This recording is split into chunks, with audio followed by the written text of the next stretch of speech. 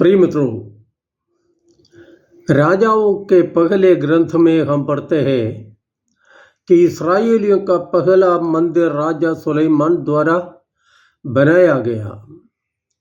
निर्माण के दौरान ईश्वर सुलेमान को याद दिलाता है कि यदि तुम मेरी विधियों और नियमों के अनुसार आचरण करोगे और मेरे सब आदेशों का पालन करते हुए उनके मार्ग पर चलते रहोगे तो मैं तुम्हारे पिता दाऊद से तुम्हारे विषय में की गई प्रतिज्ञा पूरी करूंगा।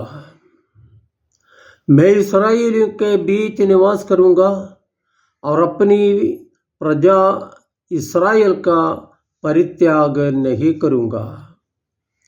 जनता के बीच लोगों के साथ रहने और चलने वाले ईश्वर का सजीव रूप हम निर्गमन ग्रंथ में भी देखते हैं। शर्त इतना ही है कि लोग ईश्वर के दिए नियमों का पालन करें। इब्रानियों के नाम पत्र में हम पढ़ते हैं कि इस्राएलियों के प्रथा के अनुसार प्रधान याजक प्रतिवर्ष परम पावन मंदिर गर्भ में प्रवेश कर पाप मुक्ति के लिए पशुओं का रक्त समर्पित करता है।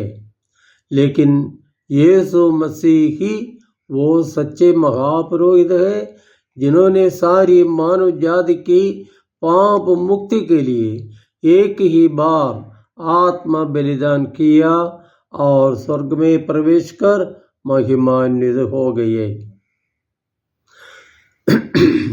इस्राएलियों का मंदिर एक प्रतीक मात्र था और यीशु के आत्म बलिदान के बाद उसकी आवश्यकता नहीं रही। इसलिए यीशु की मृत्यु पर मंदिर की वेदी का पर्दा ऊपर से नीचे तक फटकर दो टुकड़े हो गया था।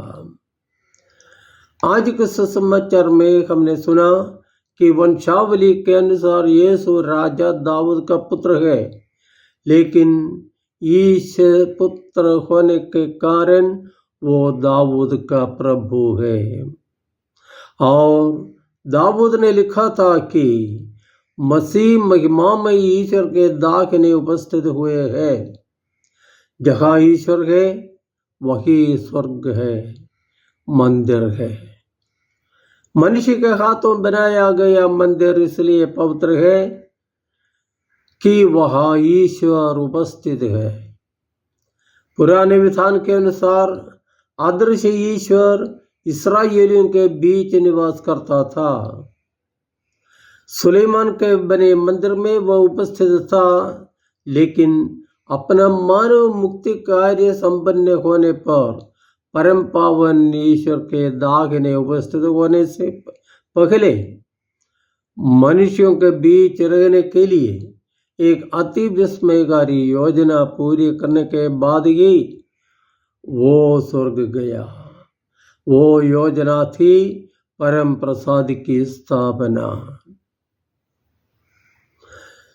जो ईश्वर इस्राएलियों के बीच प्रतीकात्मक रूप में निवास करता था, जो ईश्वर का पुत्र महिमान्वित होकर स्वर्ग में पिता के दाहिने बैठा है, वही ईश पुत्र अपनी महिमा छिपाकर रोटी के रूप में गिरजाघरों में उपस्थित रहता है। ईश्वर के अनंत प्रेम के लिए हम उसको धन्य कहें, उसकी स्तुति करें और गिरजाघरों की पवित्रता बनाए रखें।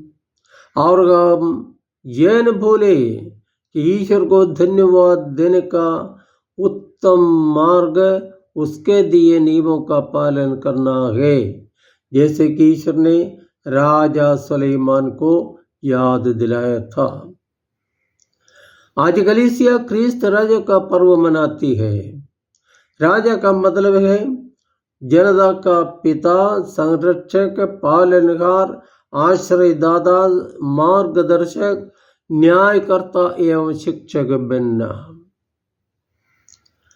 आज संसार में अधिकतर देशों में प्रजातंत्र चल रखा है और जो कुछ राजा रानी इधर उधर बचे हैं वे भी काफी हद तक प्रजा से जिम्मेवार है। लेकिन मसीह का राजत्व इस संसार के मापदंड से भिन्न है।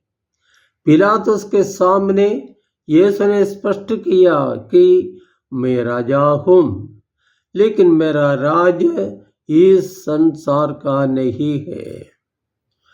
मसीह का राज्य सत्य पर आधारित है।